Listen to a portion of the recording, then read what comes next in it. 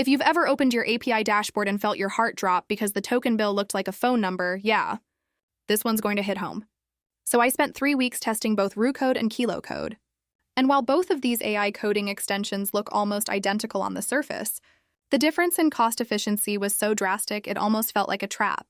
RuCode has been praised for smart refactoring and multi-file awareness, but the moment I realized it routinely sends massive 50,000 plus token requests for even basic tasks, things stopped being cute.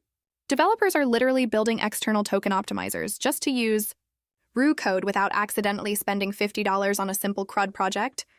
And it's wild because the tool doesn't clearly show you how many tokens it's sending, which is why entire Reddit threads exist where users share screenshots of sudden bill explosions. KiloCode, on the other hand, approaches the exact same workflow differently.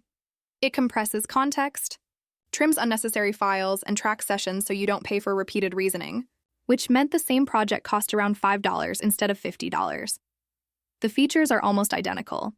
Both support multi-file edits, both integrate inside VS Code, both can run on the same AI models, but one behaves like it respects your wallet.